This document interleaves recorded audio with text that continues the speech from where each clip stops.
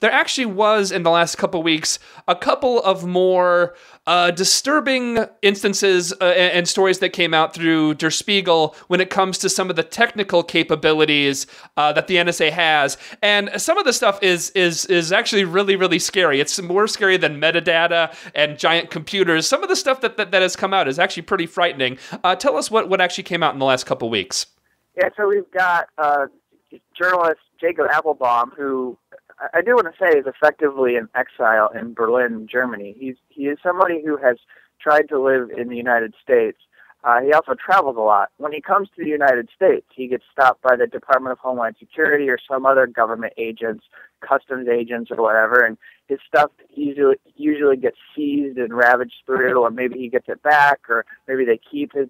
He's no longer really able to travel, and now being involved in the stolen disclosures like Glenn Greenwald and Laura Poitras, he's afraid to try to come back to the United States. So anyways, he did this talk at the Chaos Communication Congress, this annual conference in Hamburg, Germany, and he presented some materials that Der Spiegel had published, some NSA files. But we actually don't know who gave these materials to Der Spiegel. I think that's worth noting. We don't know if Edward Snowden was behind these materials, these product slides is what they look like, or if it was another person who has leaked to Der Spiegel. But they put these out, and there's various products. One of the ones that got the most attention was the Dropout Jeep, spyware that allows the NSA to have total access to a user's iPhone. But one of the things to take this beyond what a lot of people might already know is to say that Appelbaum pointed out that this is something that suggests that the NSA needs physical access in order to compromise your electronic device. And actually, there are very many ways that the NSA can get into your stuff without actually physically going into your stuff. So they can use the internet. So that was a point that he made during his talk. And then as he stood up on stage, he went through and he presented various of these materials. I really encourage people to find this YouTube video and watch the talk. It's really flooring what he presents here.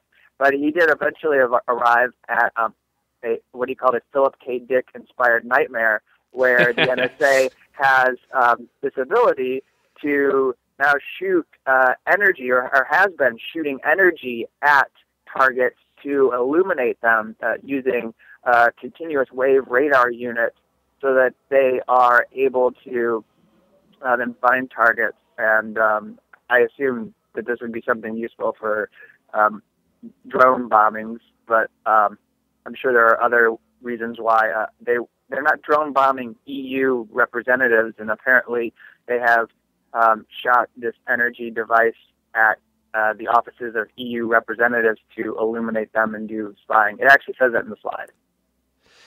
Unbelievable. It just, again, it really just seemed like again, we don't know how many more, all these slides that Snowden got.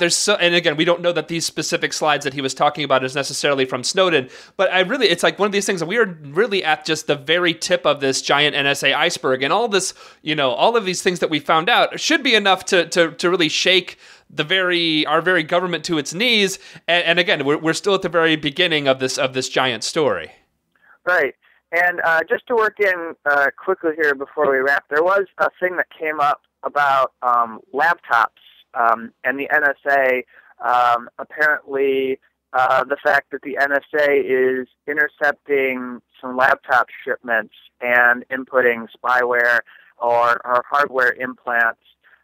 After you order your material online, if you're somebody that the government is targeting, then the NSA will take those devices and make sure that they're readily capable for intrusion when they need to do surveillance on you later. And this is all of these materials that were presented are coming from the agency's elite hacking unit, which is called the Tailored Access Operations. It's TAO.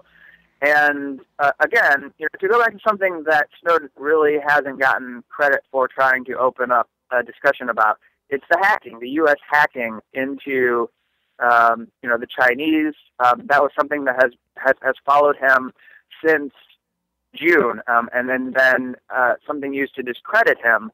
But however, it does seem like something we should confront, this hypocrisy of us being collectively as a society angry that the Chinese are trying to get into our stuff, trying to get into the government, trying to get into U.S. companies. But then we've got the NSA doing God knows what. Like, we couldn't even probably imagine what they're doing to the Chinese and then other countries. And I think that Snowden has rightfully said, let's confront this and what it means to have this new normal where we're all, we have all-out cyber warfare. Absolutely. And again, I'm talking to my friend, journalist Kevin Gosztola from FireDogLake, dissenter.firedoglake.com. Actually, before I let you go, I want to cover one more brief aspect of this, because at the beginning, you mentioned how there was a district judge that said that the NSA metadata program is likely unconstitutional. But also what happened at the end of December was a different judge actually said that it dismissed a case that the ACLU brought. And, reading through the judge's dismissal, it really is frankly one of the most abhorrent rulings I've ever read, where this judge really did seem like an infant to me, where it was like, well, it makes us safe, so it therefore must be legal. Before I let you go, give your take of the judge who actually dismissed the ACLU lawsuit.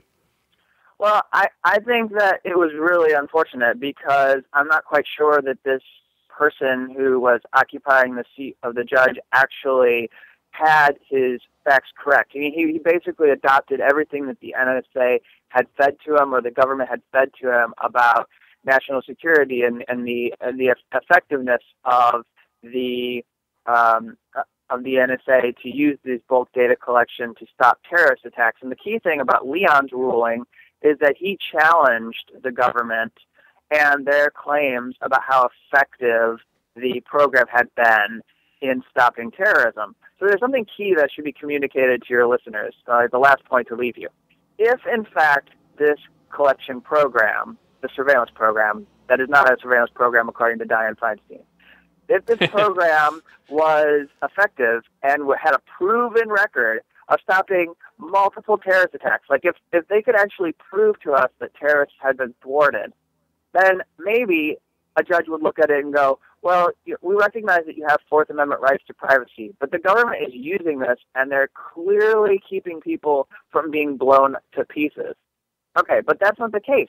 So this judge is eating government talking points, and he's saying that basically the government deserves carte blanche to enforce and protect national security however it pleases, regardless of your First Amendment, Second Amendment, Third Amendment, go down the list of all the Bill of Rights. Any of those could be violated if they just say the word national security.